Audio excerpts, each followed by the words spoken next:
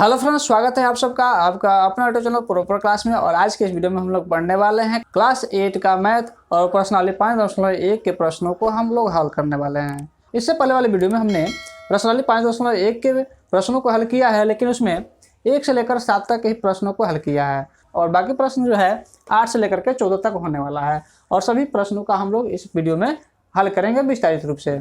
तो शुरू करते हैं आज का 8वां नंबर क्वेश्चन। और इसमें कह रहा है कि निम्नलिखित में से कौन सा पाइथागोरस त्रिक है। सिंपल सा क्वेश्चन है कि आपको इसमें बताना है कि कौन कौन सा इसमें जो युग्म दिया गया है एक पाइथागोरस त्रिक के अंतर्गत आता है। तो पाइथागोरस त्रिक का मतलब हुआ कि दो संख्याओं का वर्ग हम करेंगे और उसको जोड़ देंगे और उसका जो आंसर आएगा वो तीसरे संख्या के वर्ग के बराबर होना चाहिए। एक बार हम यहाँ लिख देते हैं कि दो संख्याओं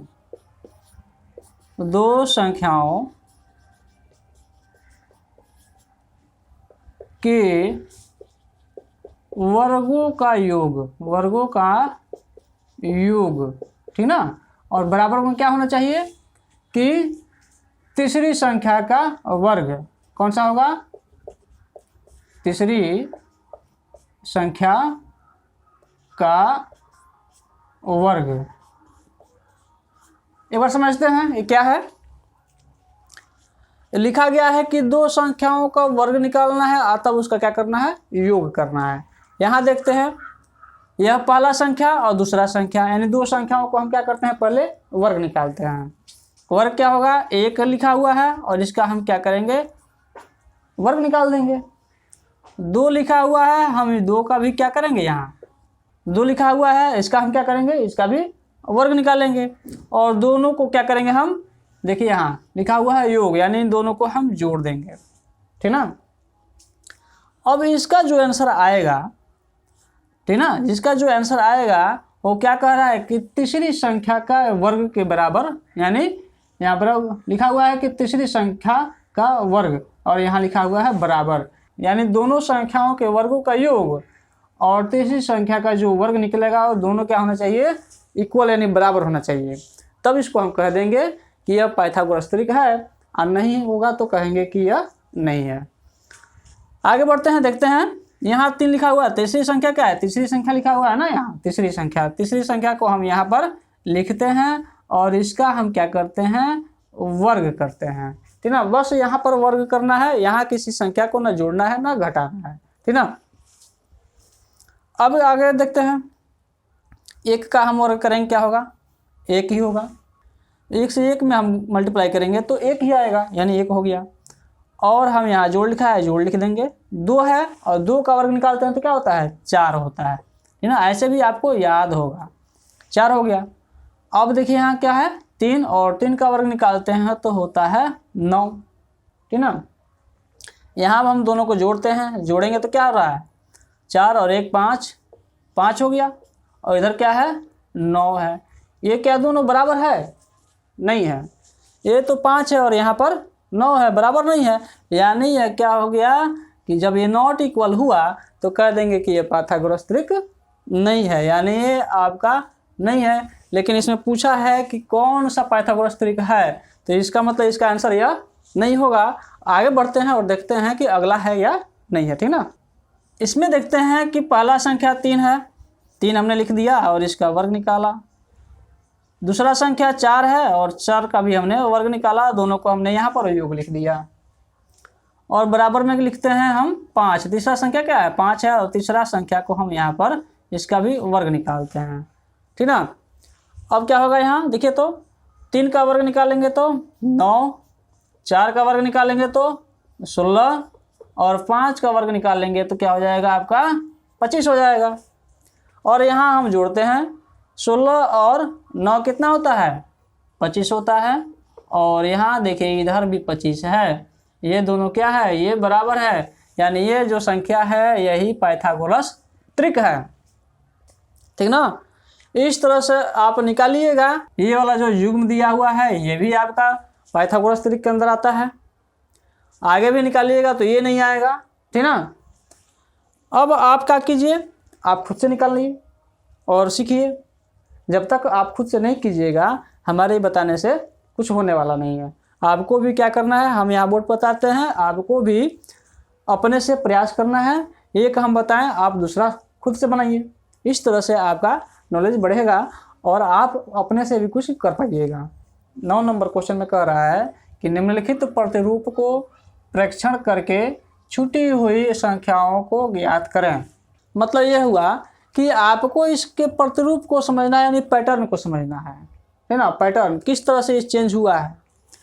और इन सभी को समझने के बाद आपको इन खाली स्थानों पर जो संख्याएं छोड़ दी गई है उन संख्याओं को बताना है। इसमें किस किस तरह से ये चेंज हुआ है उसको हम लोग समझते हैं। देखिए यहाँ एक में अगर 2 से गुणा करते हैं तो 2 आता है और यहाँ 2 लिखा हुआ है। और 2 लिखने के बाद क्या हुआ है कि 2 से एक संख्या को बढ़ा दिया गया है, यानी 3 हो गया है। समझिएगा एक बार और, 1 को 2 से गुणा कर दिए 2 आ गया, और 2 में हम 1 जोड़ दिए 3 आ गया, ठीक ना। उसी तरह से यहाँ भी है, 2 में हमने 3 से गुणा कर दिया 6 हो गया, और 6 में हमने 1 जोड़ दिया 7 हो गया। 3 में हमने 4 से गुणा कर दिया 12 हो गया, और 12 में हमने 1 जोड़ दिया। यानी इसमें हमको क्या करना है, एक संख्या जोड़ करके यानी एक संख्या बढ़ा करके यहाँ लिख देना है। यही यहाँ पर पैटर्न है। दूसरा एक और चीज़ इसमें है कि देखिए यहाँ अगर हम 1 का हम वर्ग निकालते हैं, यहाँ समझने का प्रयास करते हैं। अगर 1 का वर्ग निकालते हैं तो 1 होता है, 2 का वर्ग निकालते हैं तो 4 होता है, यहाँ 2 का वर्ग निकालते हैं तो 4 होता है, ठीक ना। और यहाँ देखिए बराबर दिया हुआ है, बराबर के बाद 3 है, और 3 का अगर हम वर्ग निकालें तो 9 होता है। 4 4 8 और 1 9 हुआ, और इधर भी 9 है, यानी दोनों क्या है, बराबर है, और यहाँ पर बराबर दिया गया है, ठीक ना। तो आप ऐसे भी निकालिएगा तो दोनों की जो इधर देखिए ऐसे भी आप प्रयास कर सकते हैं, थोड़ा लंबा जाएगा। क्या करना होगा, आपको इन सभी संख्याओं का वर्ग निकाल के जोड़ना होगा, और लास्ट में ये आया हुआ है यानी 7 का स्क्वायर, ये भी क्या हो जाएगा, बराबर हो जाएगा। यहाँ देखिए 2 का निकालते हैं 4 हो गया, 3 का निकालते हैं तो क्या हो गया 9 हो गया, 6 का निकालते हैं तो आपका 36 हो गया ना। और यहाँ क्या है, बराबर दिया है, हमने बराबर लिखा, और 7 का स्क्वायर निकाले 49 हो गया। इन सबको हम जोड़ते हैं तो यहाँ भी 49 होता है, और बगल में भी 49 आएगा, इन दोनों क्या है, बराबर हो गया। ये भी एक पैटर्न है, ठीक ना। लेकिन सबसे आसान पैटर्न क्या है, 3 से 1 कम किया हमने 2 आया, इन दोनों को हमने गुणा किया 2 आया, यहाँ बराबर। ऐसे देखिए अगर हम 13 में से 1 माइनस करते हैं तो क्या आएगा, 12 आएगा, और 3 को 4 से हम अगर मल्टीप्लाई करते हैं तो क्या आएगा, 12 आएगा। दोनों जगह सेम आया। यहाँ भी देखिए अगर 7 से 1 माइनस करते हैं, 7 में से क्या करना है, माइनस करना है, आएगा आपको 6, और 2 और 3 को हम अगर मल्टीप्लाई करते हैं तो आएगा 6, 2 3 6, यानी इधर से हमको 1 माइनस कर लेना है और इधर दोनों को हमको गुणा कर देना है। दोनों का आंसर क्या होना चाहिए, सेम आना चाहिए, ठीक ना। उसी तरह से यहाँ भी पैटर्न समझते हैं। देखिए यहाँ अगर पता करना है क्या होगा, तो अभी हमने बताया कि देखिए यहाँ 13 है तो यहाँ 12 है, 1 कम है, 7 है तो यहाँ 6 है, 1 कम है, 3 है तो यहाँ 2 है, 1 कम है। उसी तरह देखिए यहाँ 21 है तो यहाँ क्या होगा, यहाँ पर 20 होगा, समझा रहा है ना। और 4 है तो यहाँ पर कौन सा संख्या रखेंगे कि गुणा करने पर यहाँ 20 है तो वह संख्या क्या होगा, आपका 5 होगा ना। उसके बाद यहाँ देखिए यहाँ क्या है, यहाँ 31 है, और 31 से एक संख्या हम कम करते हैं तो क्या आएगा, आपका 30 आएगा। बहुत आसान है, ठीक ना। उसके बाद देखिए यहाँ कौन सा संख्या होगा, यहाँ तो पता नहीं है कि 1 माइनस करके हम बता दें, यहाँ तो है ही नहीं संख्या कोई। तब इधर से हम चलते हैं, इधर से चलते हैं तो क्या होगा, 6 में हम 7 से गुणा करेंगे, क्या होगा 6 7 42, यानी हम यहाँ 42 लिख देंगे, ठीक ना। 42 का स्क्वायर होगा, और 42 से एक संख्या बढ़ा देंगे। जैसे देखिए यहाँ 30 है तो 31, 20 है तो 21, उसी तरह से 42 है तो यहाँ पर हो जाएगा, यहाँ पर 43 हो जाएगा। ये आपका सबका सब क्वेश्चन बनकर रेडी हो गया। 10 नंबर क्वेश्चन है कि विषम संख्याओं के क्रमिक घटाव की क्रिया द्वारा निम्नलिखित संख्याओं की जांच करें कि कौन सी पूर्ण वर्ग संख्या है।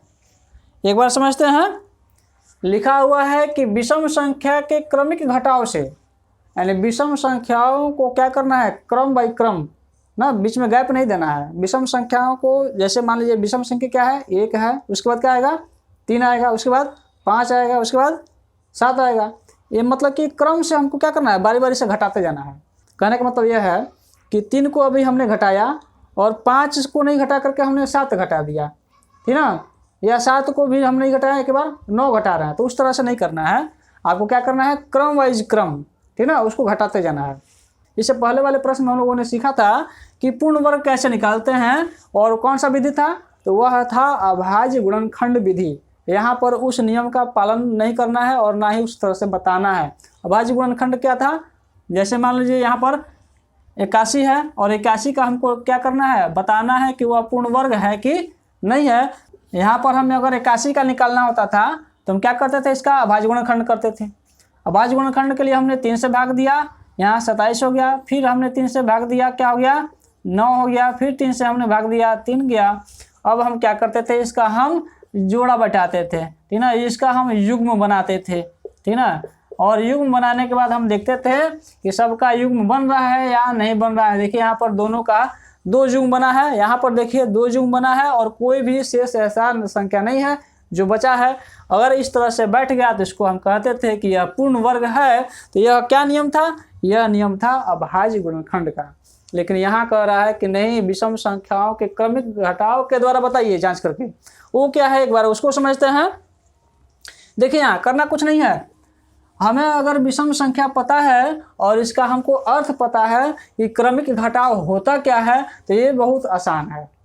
हम पहला क्वेश्चन बना रहे हैं, क्या है 81 है, और यहाँ पर हम नियम पालन करेंगे किसका, तो विषम संख्याओं के क्रमिक घटाव का। हम यहाँ पर अभाज्य गुणनखंड का जो नियम था उसका यहाँ पर पालन बिल्कुल नहीं करेंगे। इस तरह से देखते हैं और इसमें कैसे हम पता करते हैं कि ये पूर्ण वर्ग है कि नहीं है, ठीक ना। देखिए क्रमिक घटाव का मतलब हुआ कि सबसे पहले हम 1 घटाएंगे, ठीक ना। अच्छा, विषम संख्या यहाँ पर एक बार लिख लेते हैं, विषम संख्या कौन कौन सा है, उसके बाद हम यहाँ घटाते हुए चलेंगे, ठीक ना। 1 हो गया आपका, 3 हो गया, 5, 7, 9, 11, 13, 15, 17, यहीं तक लिखते हैं। आगे फिर जरूरत पड़ेगा तो हम बढ़ा लेंगे, ठीक ना। देखिए यहाँ हम 81 में से क्या किए, 1 घटा लिए, क्या हो जाएगा आपका, यहाँ पर हो जाएगा 80, ठीक ना। फिर 80 में से हम क्या करते हैं, 80 में से हम फिर से क्या घटाएंगे, अब 1 नहीं घटाएंगे, 1 हम घटाए हैं, इसका अब बारी किसका है, 3 का बारी है, फिर हम 3 घटाएंगे, यहाँ पर क्या हो जाएगा आपका 77 हो जाएगा, ठीक ना। अब हम 77 में से यहाँ 77 लिखते हैं और 77 में से क्या घटाएंगे, इस बार घटाएंगे 5 को, 5 घटाते हैं, 5 घटाएंगे तो क्या हो जाएगा आपका, यहाँ पर हो जाएगा आपका 72। अब 72 में से हम क्या करेंगे, 72 में से घटाएंगे किसको, अब 7 को घटाएंगे, ठीक ना।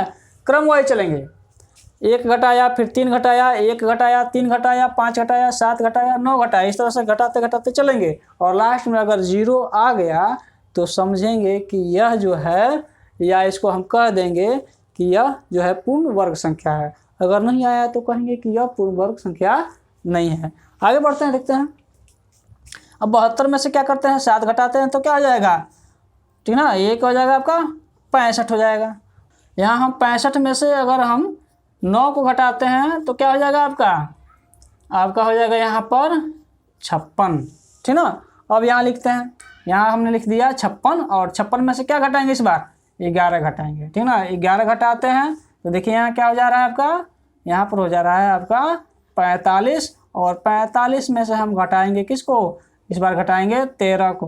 13 घटाते हैं, देखिए क्या होता है, 3 में से 2 गया, यहाँ 5 में से 3 गया, क्या हो जाएगा आपका 2, और 4 में से 1 गया 3, 32 हो गया।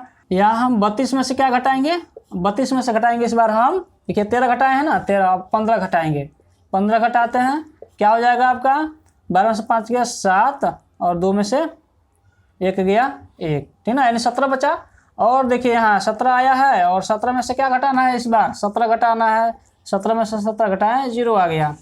अगर यहाँ पर 0 आ गया तो कहेंगे कि यह जो संख्या है यह पूर्ण वर्ग है। यहाँ पर अगर 0 नहीं आता तो कहते हम कि ये पूर्ण वर्ग संख्या नहीं है। इस तरह से आपको क्या करना है, सभी संख्याओं को बारी बारी से घटाते जाना है। जैसे हमने यहाँ 17 तक ही पहुँचा तो ये क्या हो गया, 81 आपका आ गया। अब ये थोड़ा संख्या जो है बड़ा है तो आपको क्या करना होगा, थोड़ा और भी आगे तक जाना पड़ेगा, विषम संख्याओं को घटाना पड़ेगा, तब आपका ये आंसर आ जाएगा। 11 नंबर क्वेश्चन, निम्नलिखित संख्याओं में से किन किन संख्या का वर्ग विषम संख्या होगा। अध्याय 5 का पूरा डिटेल्स बताए हैं, उस वीडियो को अगर आप देखे होंगे तो ये तो आपको चुटकियों में बनने वाला क्वेश्चन है। अगर आप उस वीडियो को नहीं देखें ना, यहाँ पे जो लिंक आ रहा है ना, इस पर क्लिक करके उस वीडियो को देख सकते हैं, ठीक ना। फिर भी हम बता देते हैं कि कैसे उसको हम जानेंगे कि विषम किसका होगा और सम किसका होने वाला है। देखिए, अगर हम 1 का वर्ग निकालते हैं तो 1 आता है, ठीक ना। 2 का निकालते हैं तो 4 आता है, 3 का आपका हो जाएगा 9, 4 का हो जाएगा 16, 5 का हो जाएगा आपका 25, 6 का 36, 7 का 49, 8 का 64, 9 का 81 और 10 का आपका 100। देखिए, ये जो संख्या है ना, ये क्या है, विषम है। ये भी विषम है, यह भी विषम है, ये भी विषम, ठीक ना। ये सब क्या है, संख्या विषम है। और यहाँ देखिए, इसका जो वर्ग निकला है, यह देखिए तो ये क्या सम है, यह भी विषम ही आया हुआ है कि नहीं आया है। यानी कहने का तात्पर्य है कि अगर संख्या विषम होगा और उसका वर्ग निकालेंगे तो वर्ग भी विषम ही आएगा, ठीक ना। अगर यहाँ देखिए सम वाला संख्या हम लिखते हैं, देखते हैं इसका, तो क्या हो रहा है, देखिए यह संख्या सम है, यह भी सम, यह सम है और यह भी सम, यह सम है और यह भी सम। तो मतलब ये यहाँ अगर देख लेंगे, अगर इकाई का अंक यहाँ पर क्या है, विषम है, तो इसका वर्ग भी क्या हो जाएगा, इसका भी वर्ग विषम ही होगा। क्या होगा, वर्ग जो है वह विषम होगा। यहाँ देखिए क्या है, सम है, ये होगा विषम, नहीं होगा। ये क्या कहा है कि वर्ग किसका विषम होगा, वही बताना है, यानी ये नहीं होगा। यहाँ देखिए, यह संख्या क्या है, विषम है, यानी यह क्या होगा, 3 नंबर है, ये आपका आंसर हो जाएगा। यहाँ देखिए, ये क्या है, ये भी तो सम है, इसका मतलब ये भी नहीं होगा। यानी आपका सही आंसर क्या होगा, आपका 531 होगा और सही आंसर होगा आपका 3249। 12 नंबर क्वेश्चन में कह रहा है कि योग संक्रिया किए बिना योगफल ज्ञात करें। बहुत से ऐसे लड़के हैं कि यहाँ पर जोड़ का निशान देखते हुए सबको जोड़ के यहाँ लिख देंगे 36 हो जाएगा। लेकिन यह मेथड यहाँ पर यूज नहीं करना है। योग का संक्रिया, देखिए यहाँ पहले ही लिख रहा है कि योग का संक्रिया किए बिना आपको बताना है। यहाँ देखिए लिखा हुआ है ना, योग संक्रिया किए बिना बताना है आपको इसका योगफल, इसका योगफल क्या होगा। तो देखिए यहाँ पर हम लोग क्या करते हैं, इस तरह से हम नहीं बनाएंगे, इस तरह से बनाते हैं तो यह गलत हो जाएगा। सबसे पहले देखिए यहाँ पर हम क्या करेंगे, उस संख्या का योग नहीं करेंगे, इसका हम बिना योग किए हुए इसका योगफल बताएंगे कि कितना होगा। तो इसका सबसे आसान तरीका क्या है कि विषम संख्याओं का फॉर्मूला आप जानते होंगे, आपको पता है, आप पढ़ चुके हैं कि किसी संख्या का अगर वर्ग निकालना है तो 2 तरीका हो सकता है। एक तो आप क्या कीजिएगा, उस संख्या में उस संख्या से ही गुणा कर दीजिएगा तो उसका वर्ग निकल जाएगा। दूसरा क्या तरीका है, दूसरा तरीका है विषम संख्याओं का हम योगफल निकाल देंगे, उसका क्या हो जाएगा कि वर्ग निकल जाएगा। जैसे मान लें अगर हमको 5 का वर्ग निकालना है, क्या करना है, 5 का वर्ग निकालना है तो हम क्या कर सकते हैं, इसका दूसरा तरीका है कि हम 5 विषम संख्या लिखेंगे, लगातार 5 विषम संख्या लिखेंगे और इसको हम क्या कर देंगे, यहाँ पर जोड़ देंगे, ठीक ना। 1 2 3 4 5 हो गया और इस पाँचों को अगर हम जोड़ते हैं तो इसका आंसर आपको 25 आएगा। देखिए यहाँ अगर 5 का वर्ग हम 5 से गुणा करके निकालें तो भी 25 आएगा और यहाँ हमने विषम संख्याओं को योग कर दिया तो भी यहाँ पर 25 आया। ये है आपका विषम संख्याओं के योग से निकालने का तरीका, जिससे हम किसी संख्या का वर्ग निकाल सकते हैं। तो हम क्या करेंगे, इसी मेथड का यहाँ पर उपयोग करेंगे, क्योंकि देखिए यहाँ पर सभी के सभी संख्याएं जो हैं विषम संख्या हैं और वो भी लगातार हैं, कहीं भी किसी संख्या को गैप नहीं दिया गया है, यानी बीच में किसी संख्या को छोड़ा नहीं गया है, ठीक ना। तो इसी का हम यहाँ पर उपयोग करेंगे। देखिए यहाँ गिन लेते हैं, पहले कितना संख्या है, 1 2 3 4 5 6 है, ठीक ना। और 6 जब संख्या है तो हम क्या करेंगे, 6 का हम वर्ग निकाल देंगे, क्या होता है 36 हो जाता है, और इसका आंसर हो गया। ठीक ना, इस तरह से इसको आप बना सकते हैं। 12 का ही दूसरा देखते हैं, यह कैसे बनेगा। क्योंकि देखिए यहाँ बीच में गैप दिया गया है, गैप यानी 1 से लेकर के 51 तक संख्याओं को लिखा गया है। बीच में गैप देने का मतलब कि इतना संख्या हम लिखेंगे तो इसमें अटेगा नहीं, इसलिए बीच में छोड़ दिया गया है। इसका मतलब ये नहीं कि उसको नहीं जोड़ना है, उसको भी जोड़ना है, लेकिन यहाँ पर डॉट डॉट देने का मतलब कि उस संख्या को भी यहाँ पर माना गया है, रखा गया है, भले ही हम वहाँ पर लिखें या न लिखें। 1 से लेकर के 51 तक के संख्याओं का योगफल बताना है, लेकिन बिना योग किए हुए बताना है। ठीक ना, और बिना योग किए हुए बताना है तो कैसे बनाएंगे। अब तो हम तो गिनेंगे नहीं, जैसे यहाँ पर तो संख्या कम था, 6 ही था, हम गिन लिए 1 2 3 करके, लेकिन यहाँ पर गिनने बैठे जाएंगे तो समय लग जाएगा। और तो इसका क्या सोल्यूशन है, इसका सोल्यूशन यह है कि यहाँ पर हम संख्याएं देखते हैं। यहाँ संख्या क्या है, विषम संख्या। 51 क्या है, 51 विषम संख्या है। और विषम संख्या जब होगा तो हम क्या करते हैं, देखिए अगर यहाँ पर 50 होता ना, कितना संख्या होता, 50 होता, तो आसान है बहुत, क्योंकि हर एक संख्या के बाद एक विषम संख्या आते रहता है, तो हम उसका आधा कर देते हैं। क्या करते हैं, आधा कर देते हैं, हमको निकल जाता है कि कितना विषम संख्या इसमें है। लेकिन यहाँ पर 51 संख्या है, मतलब यह हुआ कि 50 रहता तो 25 होता संख्या विषम, लेकिन यहाँ 51 है तो यानी 1 बढ़ जा रहा है, 25 1 26 हो जाएगा। इस तरह से तो आप अपने मन में मतलब कैलकुलेशन कर ले रहे हैं, लेकिन बोर्ड पर या पेपर पर कैसे कैलकुलेशन कीजिएगा वो देखिए। यहाँ पर क्या करेंगे, हम 51 लिखेंगे और उसमें 1 जोड़ देंगे। ठीक है ना, क्या करेंगे, 51 लिखेंगे और 1 इसमें जोड़ देंगे, और 2 से हम इसमें भाग लगा देंगे। यहाँ क्या हो गया आपका, 52 हो गया। क्या हो गया, 52 हो गया, और 52 में हम 2 से भाग लगाएंगे, क्या आएगा, 26 आएगा। ठीक ना, और 26 का जब हम वर्ग निकाल लेंगे तो क्या हो जाएगा, हाँ 676 हो जाएगा। ये आपका क्या हो गया, आंसर हो गया। इतना बताने के बाद आप 3 और 4 को आसानी से बना लीजिएगा। बना के एक बार ट्राई कीजिए। 13 नंबर क्वेश्चन है कि निम्नलिखित संख्याओं के वर्गों के इकाई के अंक क्या होंगे, ये बताना है। ये तो बहुत आसान प्रश्न है, क्योंकि कहा है कि सिर्फ आपको बताना है कि इकाई के अंक क्या होंगे, हमको पूरा का पूरा वर्ग नहीं निकालना है। क्या करना है, सिर्फ इकाई बता देना है। अब ये नहीं कि आपका कीजिएगा कि 25 का लगेगा वर्ग निकालने, 64 का लगेगा निकालने, यहाँ 5423 का निकालने लगेगा। इस तरह से निकालिएगा तो समय क्या हो जाएगा, ज़्यादा लग जाएगा, लगेगा मल्टीप्लाई करने यानी गुणा करने लगेगा इस तरह से।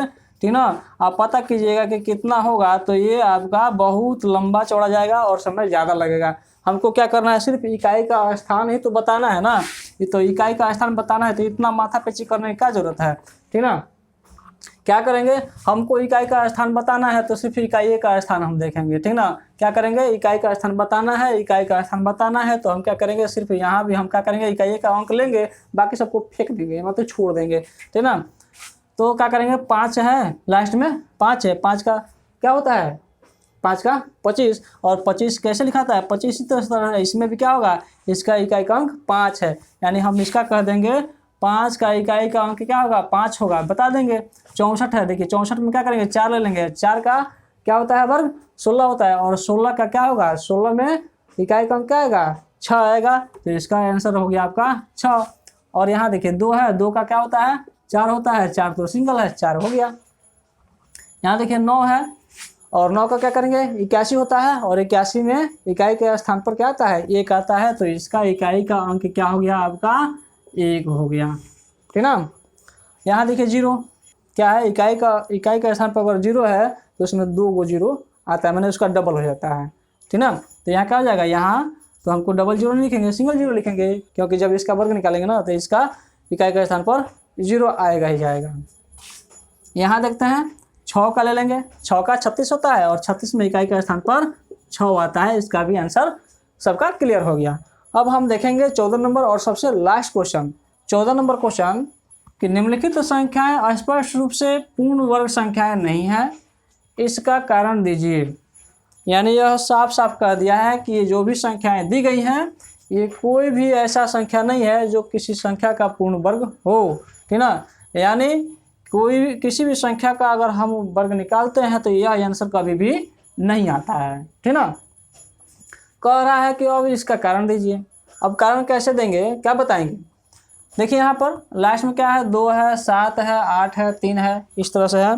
और हम पहले बता चुके हैं कि किसी भी संख्या का अगर हम वर्ग निकालते हैं तो उसके अंत में क्या क्या आता है और क्या क्या नहीं आता है। क्या नहीं आता है वो देख लेते हैं। इसमें लगातार संख्या देखिए 2 और 3 नहीं आता है। क्या नहीं आता है याद रखिएगा, 2 और 3 ये लगातार संख्या है दोनों। और 2 संख्या और है वो भी क्या है, वो भी लगातार है। कौन कौन सा है तो 7 और 8।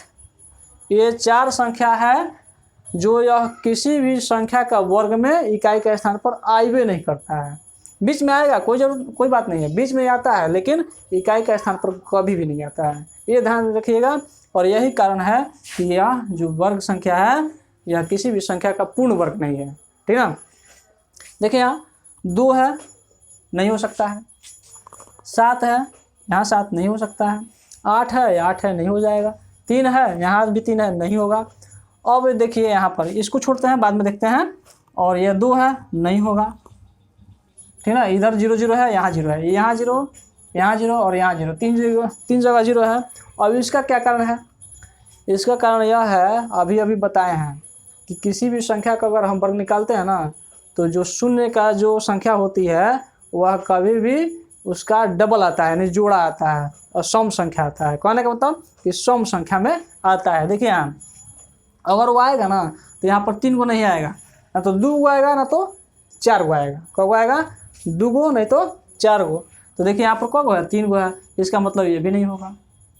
यहाँ क्या है? यहाँ भी 3 ठो है, यह भी नहीं होगा। यहाँ देखिए यहाँ 1 है, 1 ठो 0 है, यहाँ भी नहीं होगा। तो इस तरह से यह संख्या आप बहुत ईजी तरीके से बता दीजिएगा कौन सा संख्या जो है पूर्ण वर्ग नहीं है। ठीक ना। अगर यहाँ पर 2 ठो 0 रहता तो कह देते कि किसी संख्या का ये पूर्ण वर्ग हो सकता है, होगा। यहाँ 4 गो रहता तो कह देते, लेकिन यहाँ 4 नहीं, 3 है, इसलिए यह नहीं है। तो सभी प्रश्न में बारी बारी से लिख सकते हैं, या नहीं तो डायरेक्ट एक ही गो में एक बार गोटे कह दीजिएगा कि किसी भी संख्या का, लिख देंगे यहाँ, किसी भी संख्या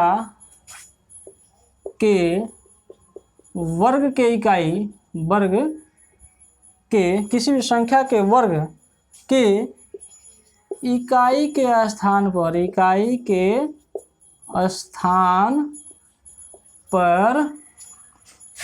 स्थान पर 2 3 और क्या था 7 और 8 दोनों लगातार है, 2 3 और 7 8। ठीक ना। इस तरह से आप याद रखिएगा। 7 8 नहीं आता है। ठीक ना। ये कारण हो गया। और 0 वाला क्या हो जाएगा? 0 कर देंगे वैसी संख्या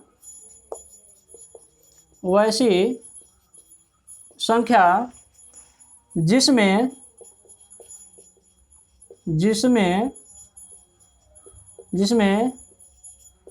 इकाई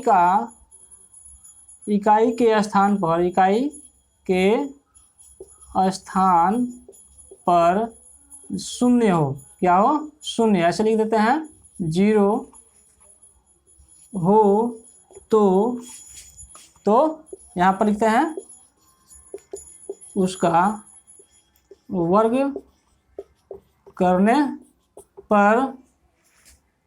पर शून्य की क्या होती है? संख्या सम संख्या होती है। क्या होती है? सम संख्या होती है।